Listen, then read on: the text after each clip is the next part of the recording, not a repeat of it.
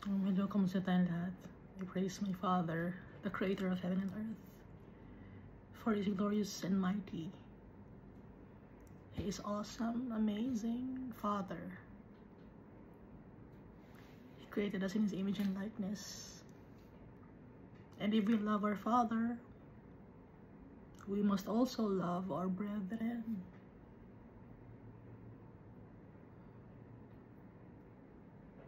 Because we look like our Father.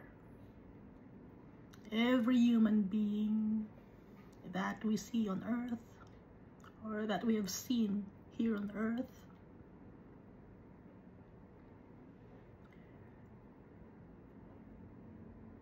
they are loved by our Father because He created us. And I thank my Jesus Christ, my Savior and Redeemer. He gave His life for all of us, all of the human beings, to save us from ourselves, to save us from the eternal damnation, and for us to inherit the kingdom of God.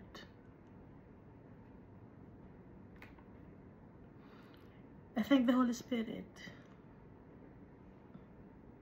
for the peace that He brings to our soul, for the joy, for all the fruits, and for all the gifts that He bestowed on us and is bestowing upon us. Our Father will never leave us nor forsake us, because He loves us so much.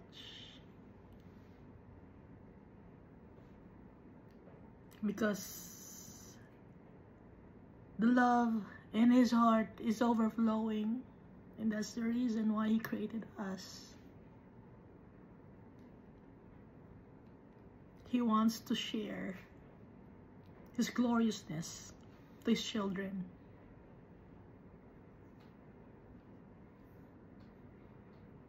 And the only thing that we must do is to obey our Father, to trust in Jesus Christ, to have faith in Jesus. Because if we have faith in Jesus, we also have faith in our Father. Because Jesus Christ is the only begotten Son of the Almighty Father, who is worthy to save us, to cleanse us from darkness, from uncleanness, from wickedness.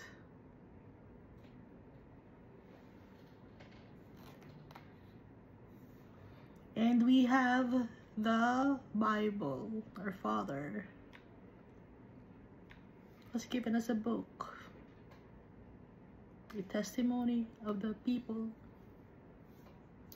who trusted in the Almighty Father. It's a manual of our lives.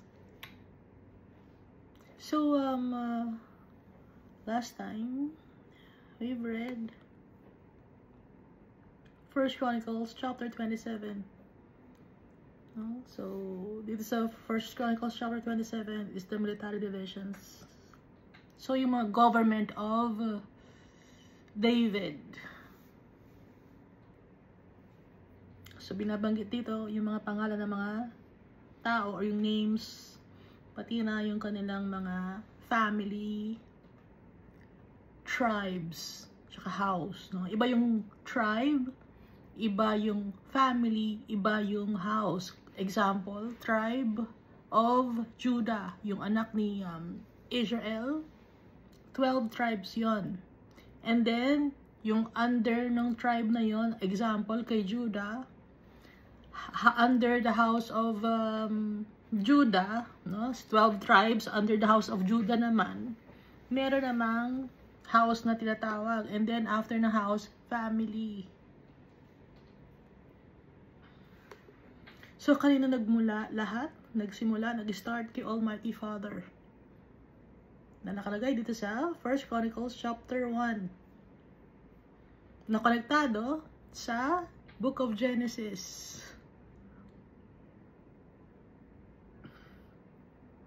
Na konektado yung mga laws na nasa Book of Leviticus, Numbers, and Deuteronomy. At itong mga tao na to, tribe sila, nasa Book of Exodus. And then, yung mga prophets, example, si Samuel, no? First Samuel, si God and Nathan, na nababanggit din sa iba pang mga books. So, First Kings and Second Kings. At saka sa Second Samuel. And then, binabanggit din dito, yung kingdom ni David, it will never end. So, konektado naman sa Book of Revelation.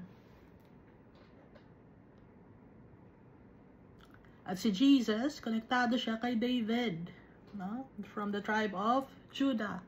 So, makikita din sa Bible, example, linear yun, ano? Ito ay Genesis, Exodus, Leviticus, Numbers, Deuteronomy, up to the Book of Revelation. Hindi ko kasi kabisado yung gitna. Up to the Book of Revelation. So, Genesis, and then, konektado sa Exodus, Leviticus, Numbers, Deuteronomy. And then after that, Book of Joshua. And then, Judges. Nakikita niyo ba? Wala naman nakakaintindi.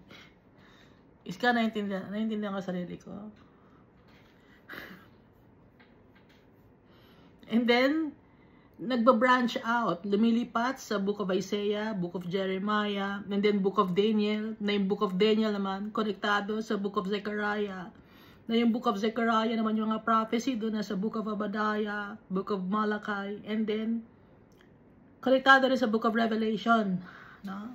At itong genealogy, nabanggit din sa Matthew and Book of Matthew and Book of Luke. At si Jesus Christ, saan siya nababanggit? Sa Zechariah, sa Ezekiel. Si Jesus Christ, all throughout the Bible. So, konektado buo ang Bible. At yung kinsman redeemer na nababanggit, magkatataka kasi tayo, bakit may kinsman redeemer? Para saan yung story ni Ruth? Yung story ni Ruth, nag-focus yon sa kinsman redeemer, na ang kinsman redeemer natin ay si Jesus Christ. So, konektado rin ang Book of Ruth kay Jesus Christ. Dahil si Jesus Christ siya ang kinsman redeemer natin. Redeemer natin lahat.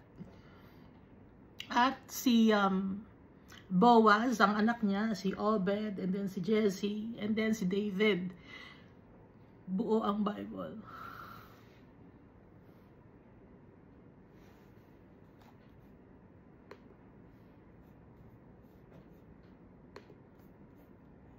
Kaya dito yung military divisions, no? Every month, iba-iba ang mga naka-assign na mga captains every month, all year round, iba-iba every month.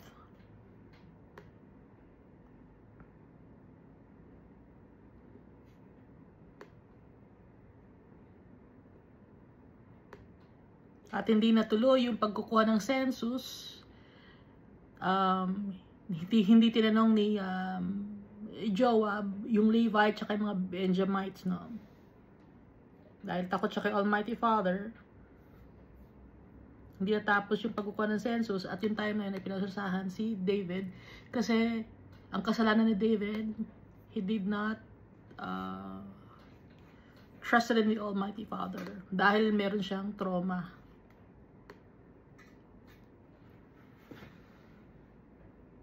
And then dito sa other cities, yung government ni David, meron ding mga naka-assign na mga tao para sa mga pagkain, naka-assign para sa vineyard, naka-assign para sa mga herds, sa mga flocks, iba-ibang mga tao.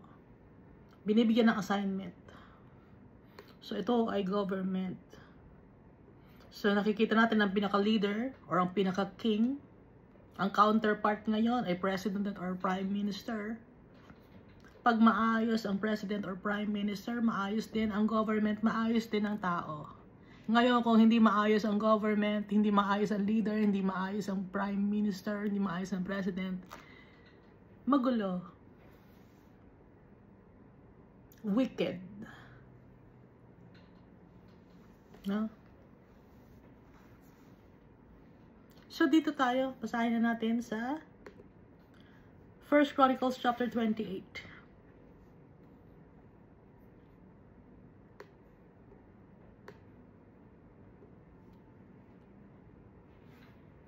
Nabanggitin natin itong 1 Chronicles chapter 28. Pero, basahin ulit natin, ano? Iska, basahin ulit natin. Tumatay ang buko dito. Ano yan? Ano ba yan? Yan. 1 Chronicles chapter 28.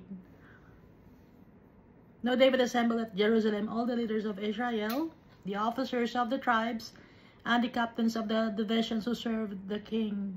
Binatawag lahat ang mga tao, ang mga servants, ang mga captains, lahat. It's like a general assembly. And captains over thousands and captains over hundreds, and the stewards over all the substance and possessions of the king and his sons, with officials, the valiant men, and all the mighty men of valor. Pinatawag lahat. General Assembly. Kikinig lahat, no?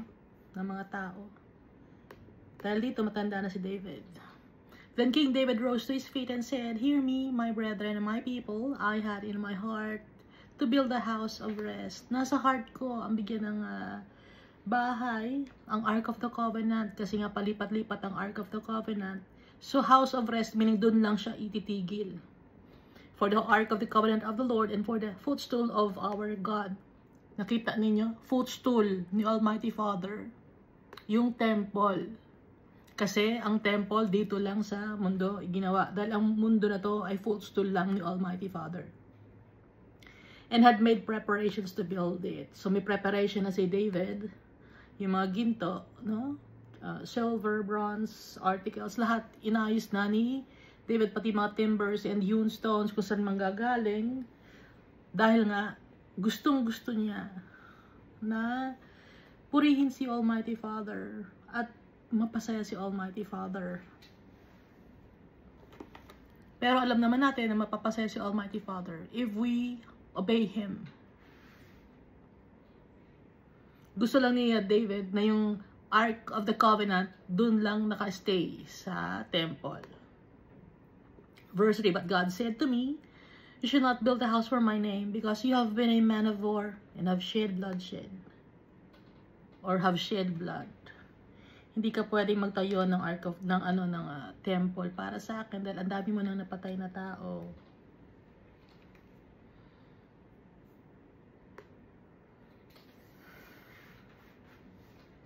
Pero ibinigay ni Almighty Father kay David yung plan, no?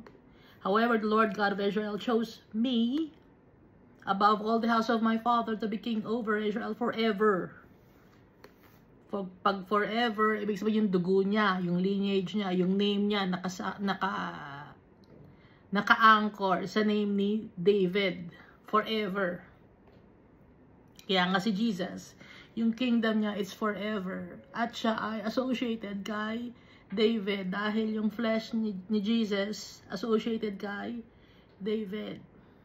Kahit hindi sa kanya galing yung kahit fertilized egg na si Jesus nang nalagay siya sa womb ni Mary, associated pa rin siya kay David through alam natin, no, yung kinsman redeemer, or yung pag may mga kailangan at nangangailangan, kapag may mga tulong na kailangan, ang lalapitan yung pinakamalakas. Kaya yung si Joseph kasi, hindi naman siya mayaman, ano. Pero tinanggap niya si Mary. So kahit hindi siya anak ni Joseph, para siyang foster child, no? Si Jesus.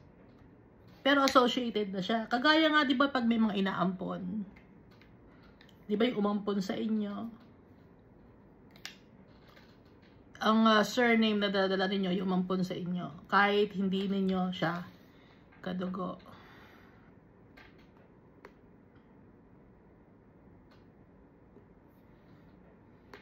Kaya associated si Jesus kay David. For he has chosen Judah to be the ruler of the house of Judah, the house of my father, and among the sons of my father, he was pleased with me to make me king over all Israel. So, pang 7th son si David. At gusto ni Almighty Father, bakit ni Almighty Father pinili yung pinakabata, pinakabunso? Para ang mapapurihan ay ang pangalan ni Almighty Father. Yung pinaka-weak ang pinili niya. Sa magkakapatid, no? Siya yung pinakabata, ibig sabihin pinaka-weak siya. Wala siyang inexperienced, no? Yun ang mga pinipili ni Almighty Father, mga taong inexperienced. Bakit? Para mapapurihan ang pangalan ni Almighty Father. Maitaas ang pangalan ni Almighty Father. Hindi siya pumipili ng mga tao na mataas ang pinag-aralan. Dahil ang mga tao, hindi natin maipagyayabang kung ano ang meron tayo. Kasi ibang mga tao, pinagyayabang nila, ito ang background ko, kaya ako ang dapat. Hindi ganon. Dapat lagi ang mapapapurihan ang pangalan ni Almighty Father. Verse 5, and of all my sons, for the Lord has given me many sons, he has chosen my son Solomon to sit on the throne of the kingdom of the Lord over Israel. So nakita na naman natin na si Solomon, he was the 4th son of David. No? With Bathsheba. So may mas matatanda pa kay Solomon, pero the Almighty Father chose Solomon. Inexperienced and young pa din ang pinili ni Almighty Father. Para walang mapagmalaki. Hindi pa formed yung mind.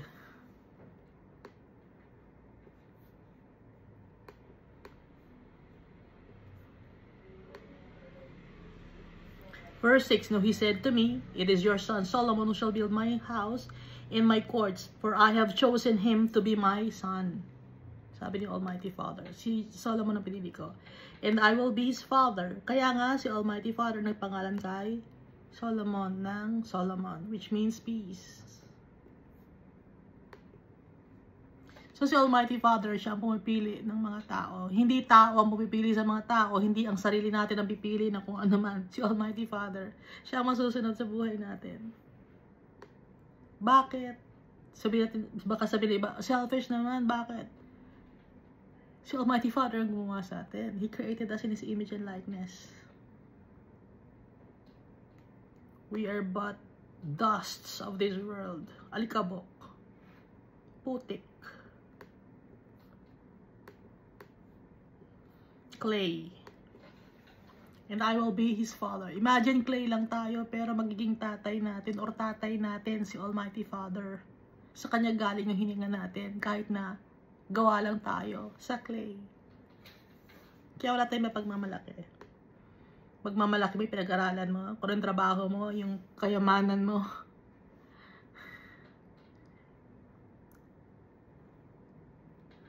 Sa saglap mo, mawawala lahat yun. Nagpaka-yaman ka sa buong mundo, nagpaka-layo-layo ka, nagsipag ka, nakaipong ka ng pera o kayamanan, pero madaling mawala yon. Kung gusto ni Almighty Father, tatanggalin niya yon sa pamamagitan ng mga anong bagay. May napanood ako, no, sa internet. Yung inamin niya, nagtrabaho ako abroad, nag-ipon ako, tapos nakapagpagawa siya ng 3-story house. Ano nangyari sa kanyang 3-story house? Hindi na matirhan. Bagong-bago yung bahay niya, pero hindi matirhan. Nagpakapagod siya. Sira ang bahay niya. Kaya wala tayong mapagmamalaki.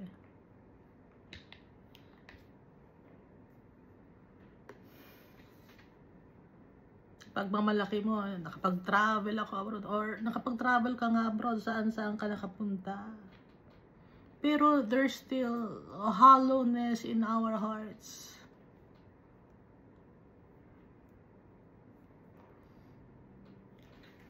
And only our Father can feel that hollowness in our hearts. Verse 7, moreover, I will establish His kingdom forever. If, no, may condition, if He steadfast to observe my commandments and my judgments as it is this day. Now therefore, if the sight of all Israel, the assembly of the Lord, and in the hearing of our God, be careful to seek out all the commandments. Sundin lahat, maging careful. Gawin lahat ang mga utos ni Almighty Father of the Lord your God, that you may possess this good land and live it as an inheritance for your children. After you, forever, forever na naman. May forever kay Almighty Father, for all eternity. Sa tao, walang forever. Pero kay Almighty Father, meron. Verse 9, as for you, my son Solomon, know God, or know the God of your father, and serve Him with a loyal heart and with a willing mind, for the Lord searches all hearts and understands all the intents of the thoughts. Sabi ni David, kilalanin mo si Almighty Father.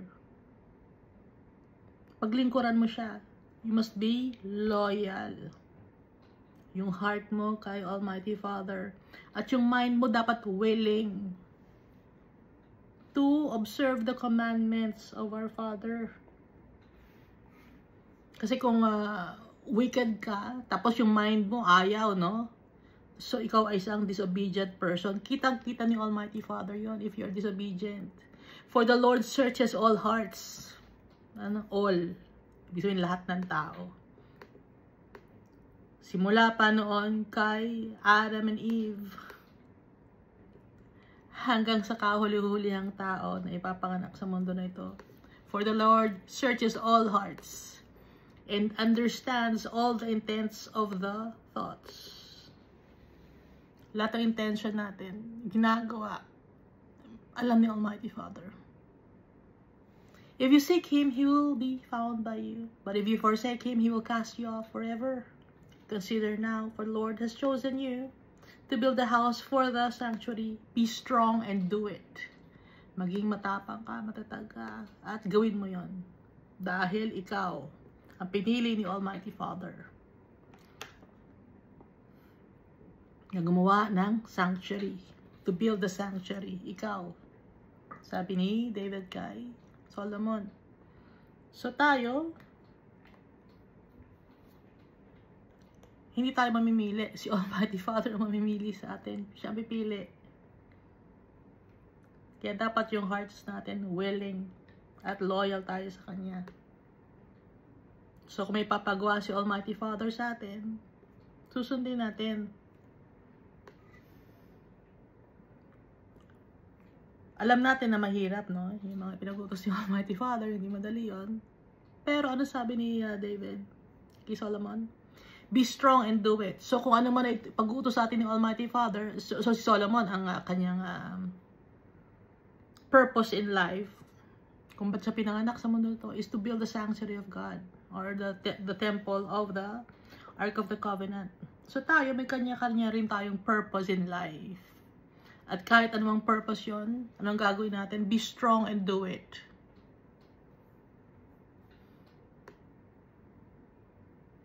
Kahit na inexperience si Solomon, walang alam si Solomon. Just like Moses, wala ring alam si Solomon. Merong speech impediment si Moses.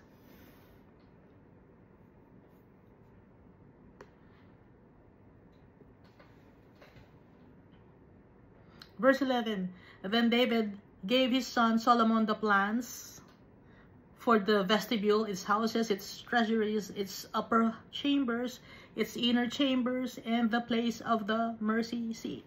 Ipinakita ni David kay Solomon, and then si Solomon, tinanggap niya yung plano, yung blueprint. Saan galing tong blueprint na to, or yung plano? the Almighty Father, and the plans for all that He had by the Spirit of the Almighty Father. So, pinakita ni Almighty Father kay David. So, David, he was not just a prophet, but also a seer. Hindi lang nababanggit, no, dito sa Bible. Pero kung i-check natin mabuti, i-analyze natin mabuti, nakita niya yung plano na binigay sa kanya ni Almighty Father. Paano niya nakita yon kung hindi siya seer? No? At saka sa Book of Psalms, nakikita natin doon yung prophecy about kay Jesus Christ. So, prophet din si David, aside from being a king of Israel.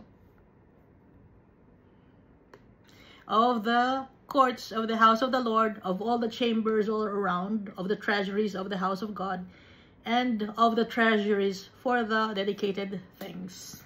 Also for the divisions of the priests and Levites, for all the work of the service of the house of the Lord, and for all the articles of service in the house of the Lord. So yung ipinakita na plano ni Almighty Father kay David, it's a replica of the kingdom of God. So yung temple na pinagawa ni Almighty Father kay Solomon is a replica.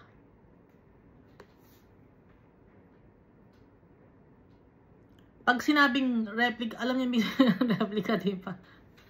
Hindi talaga yun. Pero kung ano ang meron sa heaven, meron siyang counterpart na ipinagawa dito kay Solomon kasama sa plano. So may counterpart yung pinagawa ni Almighty Father. Example, yung nakalagay sa Book of Revelation, di ba? Yung mga cherubim or yung 4 living creatures. So meron din itong temple of the Ark of the Covenant. Verse 14, He gave gold by weight for the things of gold, for all articles used in every kind of service, also silver for all articles of silver by weight, for all articles used in every kind of service, the weight for the lampstands of God, and their lamps of gold, by weight for each lampstand and its lamps, for the lampstands of silver by weight, for the lampstands and its lamps, according to the use of each lampstand. No? May ibig sabihin itong lampstand. Hindi pinapagawa ni Almighty Father or design to na dahil lang sa magkaroon ng lampstand. Meron yung ibig sabihin, yung lampstand na yun. Lahat may meaning. Verse 16. And by weight He gave gold for the tables of the showbread, for each table, and silver for the tables of silver. Also pure gold for the forks, the basins, the pitchers of pure gold. And the golden bowls, He gave gold by weight for every bowl. By weight, hindi lang binibilang, kundi timbang. No? Tinitimbang. Up to now, di ba, ganun din ang pagbibili tayo ng gold, tinitimbang yan. And for the silver bowls, silver by weight for every bowl. Kahit na yung silver, di ba, timbang din yan. Up to now. So, ano yung precious metals sa mundo? Up to now, it's gold. Hindi mga gems, hindi diamonds. No? So, kung mag-iipon kayo, kung ang nakabase ang pera ng tao sa gold, hindi sa mga diamonds. Pampadagdag lang yung diamond, pero walang kwenta yon.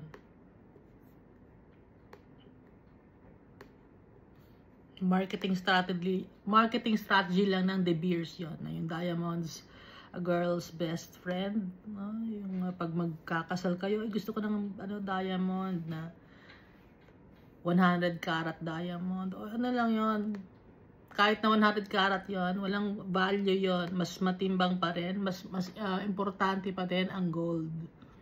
No? Hindi ba naman pwedeng suotin ang 1 kilong gold sa katawan mo, di ba? Araw-araw may buhat-buhat ka isang kilong gold. No? Pero mas valuable ang gold kaysa sa diamond. Verse 18, and refined gold by weight for the altar of incense and for the construction of the chariot, that is the gold cherubim that spread their wings and overshadow the ark of the covenant of the Lord. Yung gold cherubim, bakit gold yung cherubim? Because gold symbolizes purified or holy.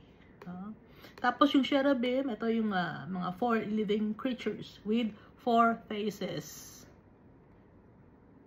Each living creature has 4 faces. So cherubim, hindi cherubims, no? Cherubim that spread their wings. So plural ito. And overshadow the ark of the covenant of the Lord. Kasi nga, yung 4 living creatures, sila ay nag-hover kay Almighty Father.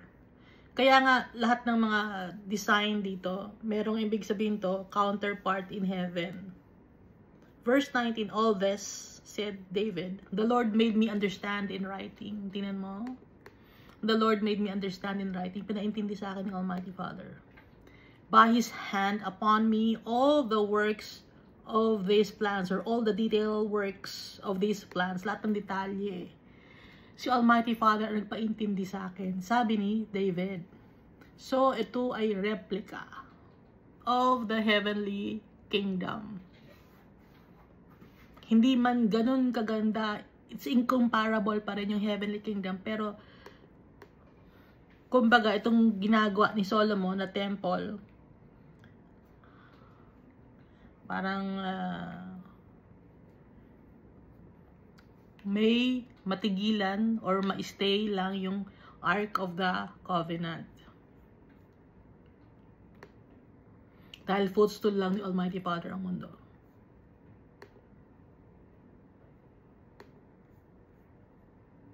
Example, pag bibili ka ng bag, no? Di ba, bibili ka ng bag, kunyari, mahal. Ano ba mga brand ng bag na mahal na ngayon?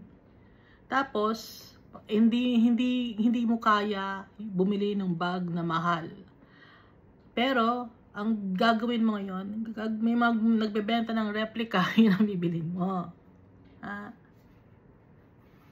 Kasi nga, hindi magawa yung mahal, hindi mabili sa sobrang mahal. So, replica na lang ang bibilin mo. Ganon din ito.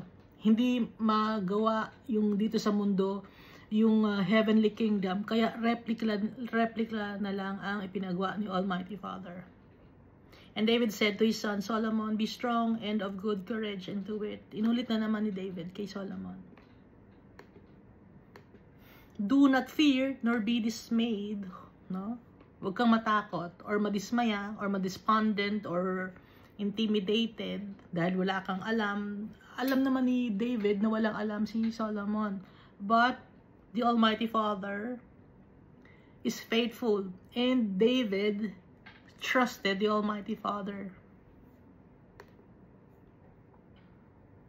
So si Solomon, nervyos din to, takot din siya. Baka mali ang paggawa ko. Pero kaya nga siya minamotivate ni David dahil ang mag-guide kay Solomon will be the Almighty Father. For the Lord God, my God, will be with you. O yan. He will not leave you nor forsake you until you have finished all the work for the service of the house of the Lord. Hindi ka niya iiwan.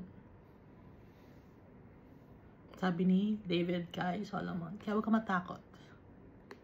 Dahil dito, bata pa si Solomon. Inexperienced siya. Verse 21, here are the divisions of the priests and the Levites for all the service of the house of God. And every willing craftsman will be with you for all manner of workmanship. Andito na lahat ng mga kailangan mo, mga materials, pati na yung mga tao na gagawa, mga masons and carpenters. Ready na sila. Yung mga priests, yung mga ushers or gatekeepers. Nakabantay na sila. Alam na nila ang gagawin nila. For every kind of service, also the leaders and all the people will be completely at your command. Sinabihan ko na yung mga tao. Under na sila sa inyo. Under na ang mga tao sa iyo, Solomon. Sinabihan ko na sila. Ready na ang lahat. Ikaw na lang ang hindi pa ready, kaya wag ka matakot. Do not fear. Be of good courage. First Chronicles chapter 29 na tayo. Iska. This is the last chapter of First Chronicles.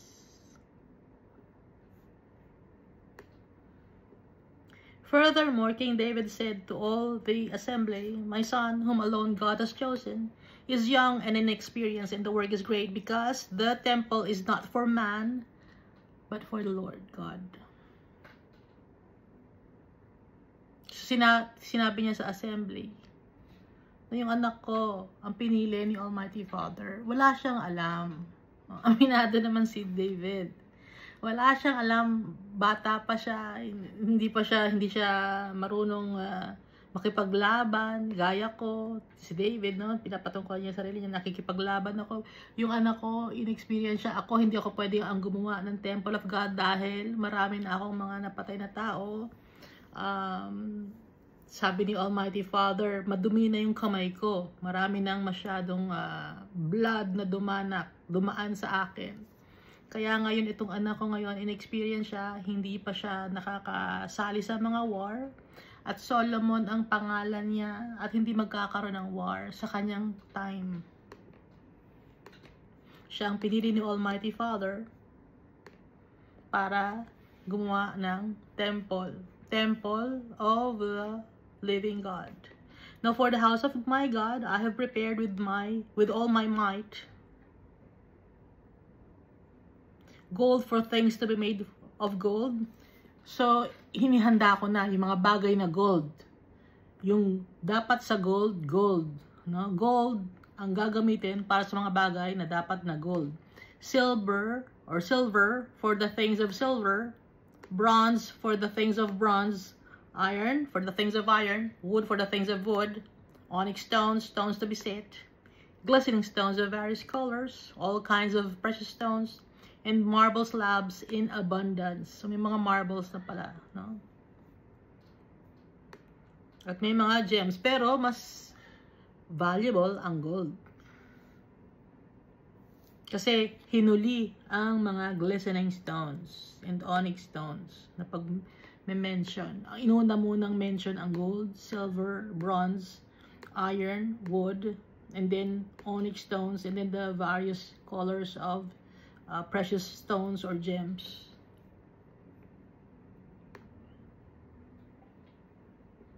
Moreover, because I have set my affection on the house of my God, I have given to the house of my God over and above all that I have prepared for the holy house, my own special treasure of gold and silver. Meron din ako mga naipon, sabi ni David. Meron akong sariling gold and silver. So ito yung mga plunder nila, no? Sa mga nakukuha sa mga Amalekites, sa mga Syrians, sa mga Gershurites, sa mga Gittites, nakukuha nilang mga plunder. Verse 4, 3,000 talents of gold, of the gold of Ophir. May galing din sa Ophir na gold. Kaya ngayon, kung ti-check yung India, parang masyado na siyang naransak, no? Parang naluma na yung India kasi matagal ng civilization yung India. Hindi na alagaan. Masyadong naabuso yung land ng India. Kasi from the time of David pa, meron nang silang kinukuha na gold dun mismo sa Ophir.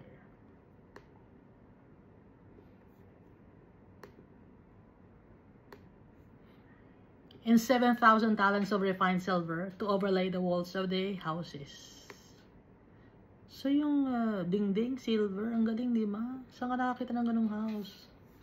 Verse 5, the gold for things of gold, and the silver for things of silver, and for all kinds of work to be done by the hands of craftsmen. So itong mga craftsmen na to, tutulungan din to ni Almighty Father kung paano gawin. Who then is willing to consecrate himself this day to the Lord?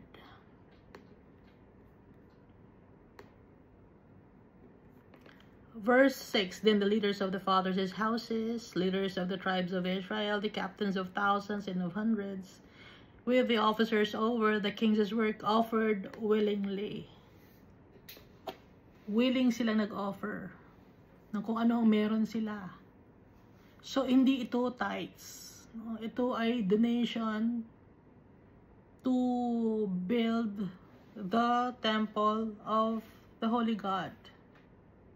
Hindi siya galing sa tithes. Willing siya. Donation. Yung may mga maibibigay, sila ang nagbibigay. Hindi ito pinipilit. Ha? Hindi mo sasabihin, ikaw ang kasi may mga religious leaders kayo, no? Ikaw ang sa bubong, magbibigay ka ng pera para sa bubong, ha? Ikaw naman, hindi ganon. Kung sino ang willing magbigay, ha? Hindi to yung sapilitan. Kasi yung mga tao ngayon pinipilit, ha? O meron na ba ibang mga tao? Hindi. Hindi ako pinilit. Ako mismo ang gumawa. O pride din yun. Kasalanan din yun.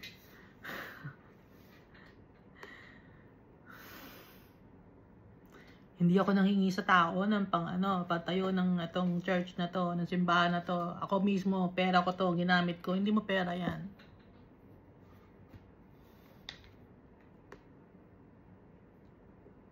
Wala kang pagmamayari dito sa mundo na to.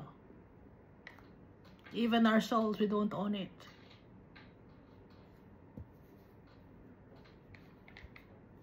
We do not own anything.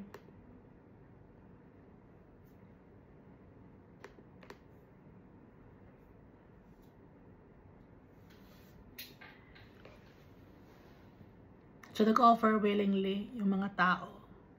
Iba-ibang mga tribes, captains, kung sino ang merong may offer. Pero yung mga poor people, kung wala silang may offer, hindi sila hihingan, hindi sila magbibigay, no?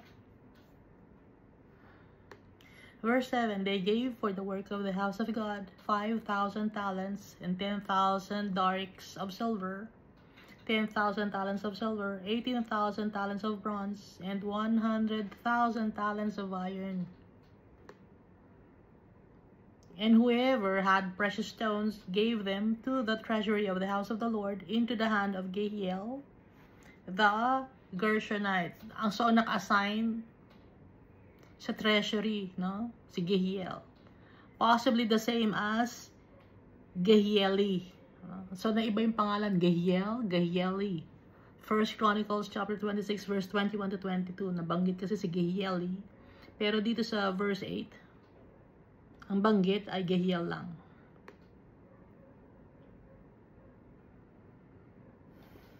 Verse 9. Did the people rejoice, for they had offered willingly, because with loyal heart they had offered willingly to the Lord.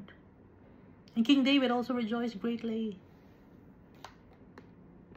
Masaya lahat ng mga tamang bigay para kay Almighty Father. Dahil alam nila na yung blessings na meron sila, it's from the Almighty Father. Ibinabalik lang nila yung bigay ni Almighty Father.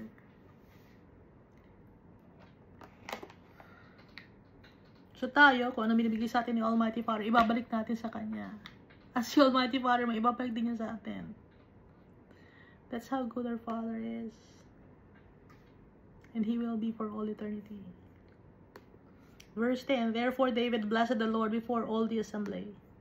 And David said, blessed are you, Lord God of Israel, our Father, forever and ever. Tatay namin, for all eternity. Ikaw, Almighty Father. Pasalamat si David. Yours, O Lord, is the greatness, the power, the glory, the victory, and the majesty, for all that is in heaven and in earth is yours. Yours is the kingdom of O Lord, and you are exalted as head over all. Both riches and honor come from you, and you reign Overall, in your hand is power and might. And in your hand it is to make great and to give strength to all.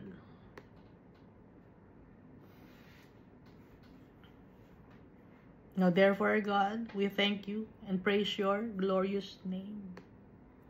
But who am I, and who are my people, that we should be able to offer so willingly as this? For all things come from you, and of your own we have given you. Kung ano man ang binigay mo sa amin, Almighty Father, yun rin to eh. Kaya binabalik namin sa iyo at nagpapasalamat kami. Sabi ni David. Yung binigay mo sa amin, sa iyo rin to eh. Kaya binibigay namin sa iyo. Your own, we have given you. Kaya wala tayong may pagmamalaki kay Almighty Father.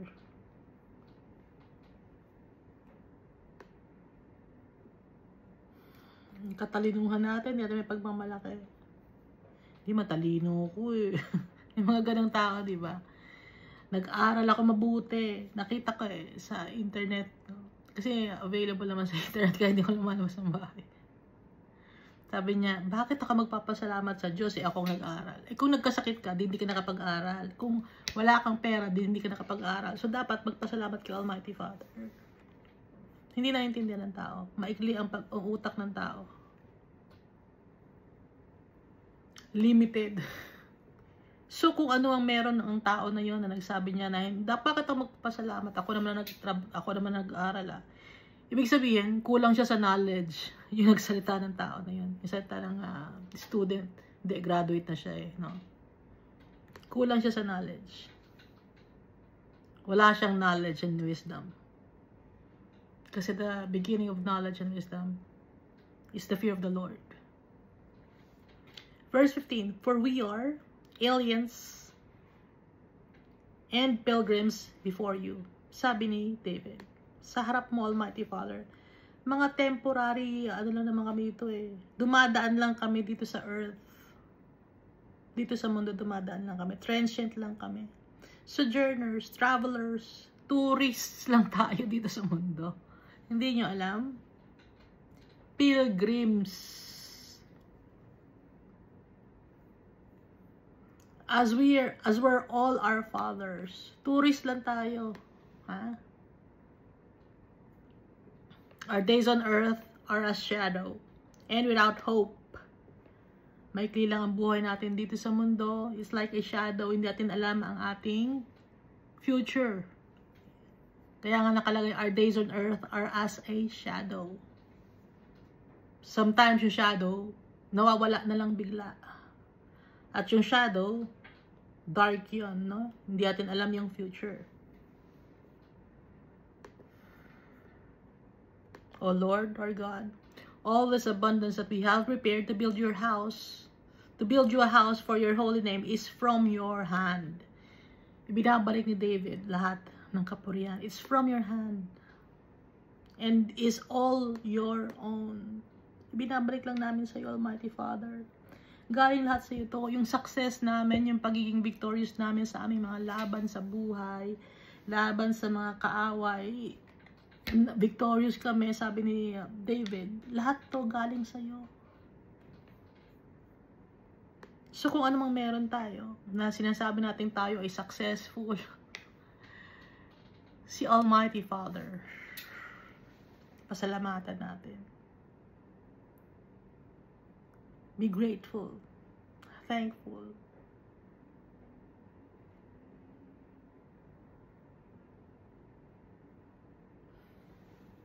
To our Creator. I know also, my God, that you test the heart and of pleasure in uprightness. Tinatest mo, Almighty Father, yung puso namin. At masaya ka dahil gumagawa kami ng tama. At nakikita mo yung puso namin na tama sa paningin mo. As for me, in the uprightness of my heart, I have willingly offered all these things. And now in my joy, I have seen your people who are present here to offer willingly to you. In-offer ko to sa iyo, Almighty Father, willingly. Nakikita mo yung heart ko. Binibigay ko sa iyo lahat. Dahil kami dito sa mundo, sojourners lang. yung mga kayamanan dito sa mundo, hindi namin yan madadala sa kung saan kami pupunta. Kaya binabalik namin sa Almighty Father. Nagpapasalamat ako, Almighty Father, dahil kikita ko yung mga tao dito na nagbibigay sila rin para sa iyo, sabi ni David.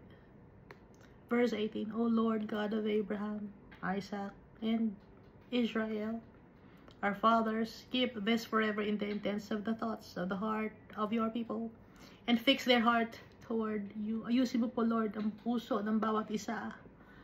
At ang heart namin dapat laging papunta sa iyo. Kung ano ang gusto mong mangyari sa buhay namin. Verse 19, and give my son Solomon a loyal heart, to keep your commandments and your testimonies and your statutes, to do all these things, and to build the palace or the temple for which I have made provision. Tulungan mo po yung anak ko na si Solomon na magkaroon siya ng loyal heart at matapos na yung pinapagawa mo na temple na merong mga provision na nakahanda. So ang gagawin nila ni Solomon, parang bubuo lang siya. Bubuuin na lang niya. Yun na lang ang gagawin ni Solomon. Bubuuin na lang niya. Kasi lahat available na. Parang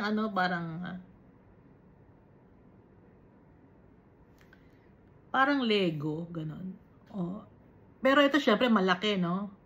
Alam niyo yung Lego na laruan. Hindi pa buo yun. Pero available na lahat ng resources. Ang gagawin na lang ni Solomon, siya lang ang mag-oversee. O ito, ang nakalagay sa plano, ilagay mo yon doon. O yon doon. Yun na ang gagawin ni Solomon. Bubuin lang niya. Hindi na siya maghihirap pa. Verse 20. Then David said to all the assembly, now bless the Lord your God.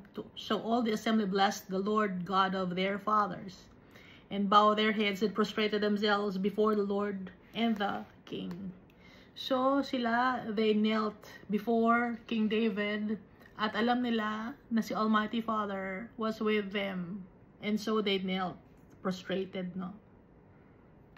Or genuflected, another word for prostrated. Knelt down as a sign of being submissive and being thankful to the Creator of heaven and earth. Verse 21. And they made sacrifices to the Lord and offered burnt offerings to the Lord on the next day. 1,000 bulls, 1,000 rams, 1,000 lambs. Dami. Nag-sacrifice sila. Ang dami ng animals. So, yung mga animals, it's pera rin to eh. Kasi pwede rin silang maging kapalit. Example, pag pupunta sila ng Ophir, ang kapalit ay mga bulls, rams, and lambs. Yun ang tinatanggap ng Ophir na bayad. Kasi kulang ang Ophir naman sa mga pagkain na bulls, rams, and lambs. Pero, abundant sila sa mga bagay na gold, sa mga spices, sa mga pananim, no? Pero yung kulang sila sa mga bulls, rams, and lambs, and goats, with their drink offerings and sacrifices in abundance for all Israel. So maraming kinatay.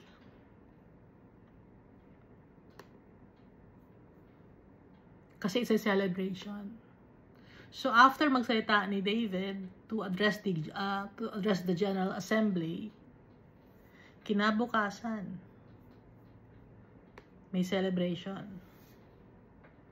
Verse 22, so they ate and drank before the Lord and with great gladness on that day. And they made Solomon the son of David king the second time.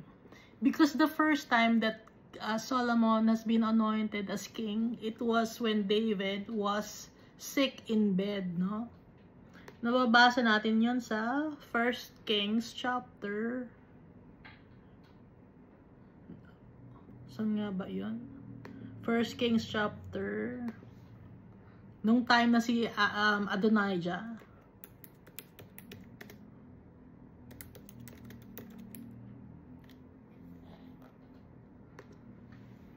1 Kings chapter 1, ano? Si Adonijah, he proclaimed himself as king.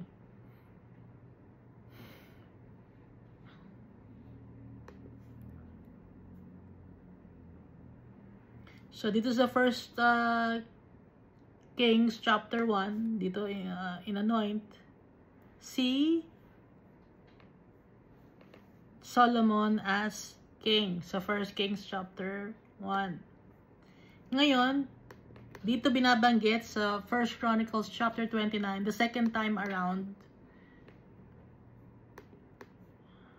Solomon was anointed as king. Kasi nga, nung una madalian. Ang nandun lang ay yung prophet, si Bathsheba, at yung high priest. No? Sino nga ba yun? Nasa chapter 1 ng 1 Kings. Sila lang yung present.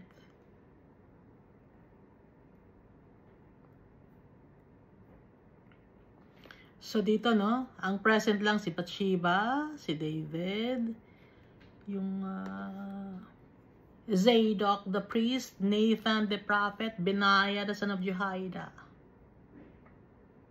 Sila lang yung present nung time na yon, na when Solomon was anointed king for the first time. And then ito second time na nakalagay dito dahil walang celebration noon, dahil lahat ng mga tao nag-celebrate kay Adonijah. So itong second time around, may celebration na for formality's sake, para makita ng mga tao. So they ate and drank before the Lord, and with great gladness on that day, and they made Solomon the son of David king the second time, and anointed him before the Lord to be the leader, and Zadok to be priest. Then Solomon sat on the throne of the Lord as king, instead of David his father, and prospered, and all Israel obeyed him. So hindi na umupo si David sa kanyang throne. Si Solomon na, when he was anointed as king for the second time, hindi naman po si David. All the leaders and the mighty men, and also all the sons of King David, submitted themselves to King Solomon, or they gave their hand to Solomon, or be submissive to King Solomon. Although Solomon was younger than the first three brothers, no? Sino ba yung si Nathan, matanda kay Solomon. Pero nagpasakop sila kay King Solomon because King Solomon was chosen by the Almighty Father. So kahit na mas matanda sila kay King Solomon, susunod sila kay King Solomon. Yung mga kapatid niya, kay Bathsheba at saka kay David. So the Lord exalted Solomon exceedingly in the sight of all Israel. Pag tinataas natin si Almighty Father, if we exalt His name on high, if we worship Him, si Almighty Father, itinataas din niya tayo pag tayo nagpapakumbaba sa Kanya. Naintindihan natin? Tayo, magpapakumbaba tayo kay Almighty Father. Be submissive to Him. At itataas natin ang pangalan ng tatay natin.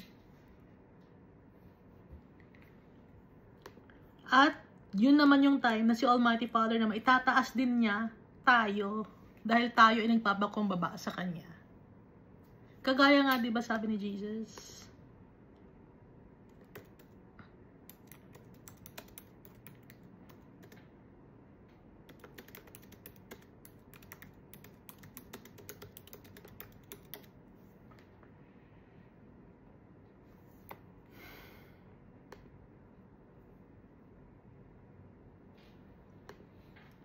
Sa ibang version.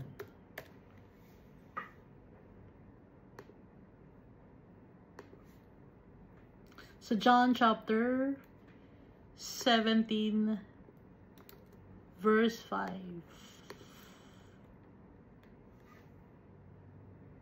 Malapit na dito si Jesus Christ na may crucify on the cross. Ang sabi ni Jesus, "Oh now, and now, O Father, glorify me together with yourself, with the glory which I had with you before the world was." Sabi ni Jesus. So si Jesus nagpapakumbaba dito. And glorifying the Almighty Father. And he said, Father, glorify me together with yourself. Or alongside with yourself. With the glory which I had with you before the world was. Kasi nga si Jesus Christ, kasama na siya ni Almighty Father before the world was created.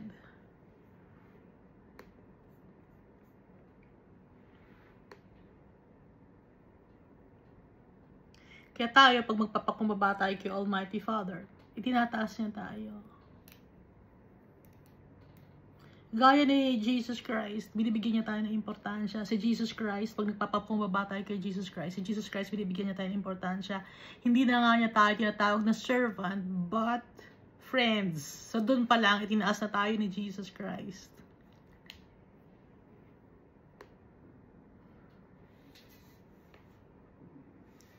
And bestowed on him such royal majesty as had not been on any king before him in Israel. No? Dito sa 1 Chronicles chapter 29 verse 25. So dito tayo sa 26. Thus David the son of Jesse reigned over all Israel. And the period that he reigned over Israel was 40 years. 7 years he reigned in Hebron and 33 years he reigned in Jerusalem. Si David. 33 all over Israel. Pero sa Hebron, 7 years. So, it's a total of 40 years of reigning as king. Verse 28. So, he died in a good old age, full of days and riches and honor, and Solomon his son reigned in his place. Si David, although he was faithful to the Almighty Father, he trusted in the Almighty Father, he was obedient to the Almighty Father, and the Almighty Father loved him so much, he died. Because we are just sojourners of this world. Transient. Pilgrims of this world. Ang hindi lang nakaranas ng death, si Enoch and Elijah. Jesus experienced on how to die. Experienced death, Jesus. But then he rose again after 3 days to show us that we will rise again and be with our Father after the life here on earth, after our lives here on earth. Kaya yung mga tao who trusted the Almighty Father and is not with us anymore, faithful to the Almighty Father and to Jesus Christ, they are with our Father in heaven.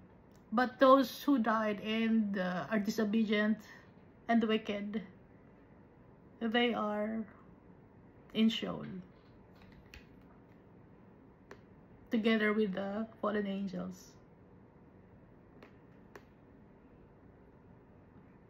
Hindi natin masasabi kung sino sila. Basta, ang clue doon, hindi sila nagtiwala kay Almighty Father. Hindi nila mahal si Jesus Christ. Disobedient sila. Iba ang win-worship nila. Yung mga tao na yon, kahit pasabihin ninyo na mahal ninyo yung mga tao na yon, nirespeto din nyo sila, respetado ng society. Kung hindi naman sila nagtiwala kay Almighty Father at kay Jesus Christ, baliwala ang buhay nila. Nandun sila sa eternal damnation.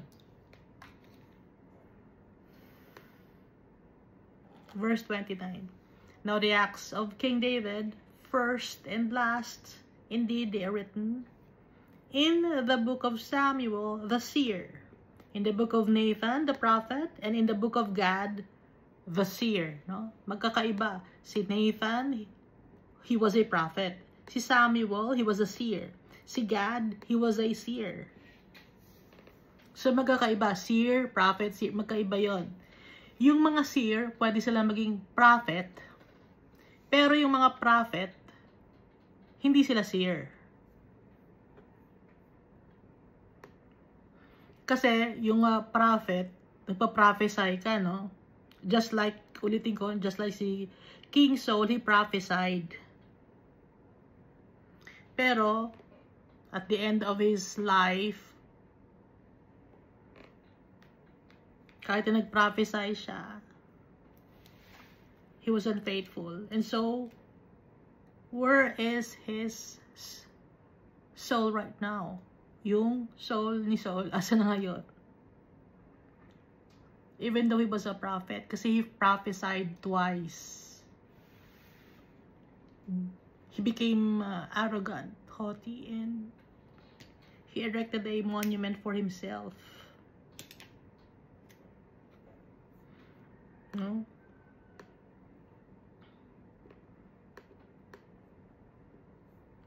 Si Samuel, yung book ni Samuel, 1st and 2nd Samuel, nakapangalan sa kanya. But he died dito sa 1st Samuel chapter 25, namatay na agad. So, paano na naituloy? Nagkaroon ng 2nd Samuel, naituloy yung 1st Samuel, and nagkaroon ng 2nd Samuel pa. Bakit ganon? It's because the Almighty Father wanted it that way.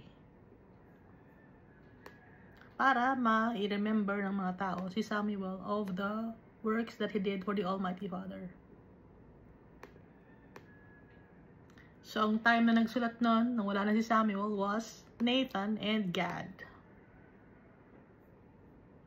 Pati na rin yung 1st Kings and 2nd Kings.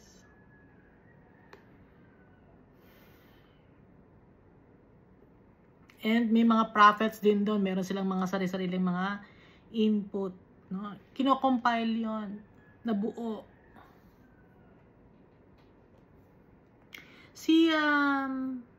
Si Samuel, yun yung time na wala pang king ang Israel. So, he anointed King Saul as king. And then, he also anointed David as king.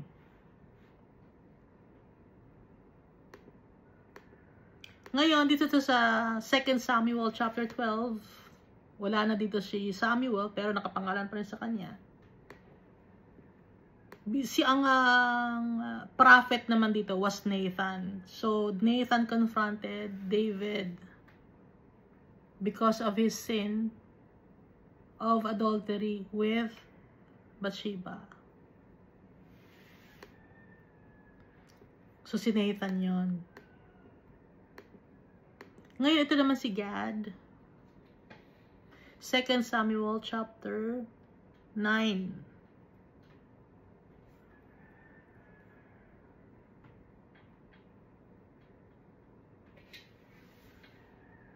Na nagsabi na, sige, may kasalanan si David, mamili siya ngayon kung anong kasalanan or anong parusa ang gagawin sa kanya dahil sa kanyang kasalanan. At saka, si Gad din ang nagbanggit, no?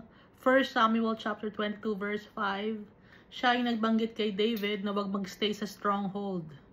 Depart and go to the land of Judah. So David departed and went into the forest of Hereth.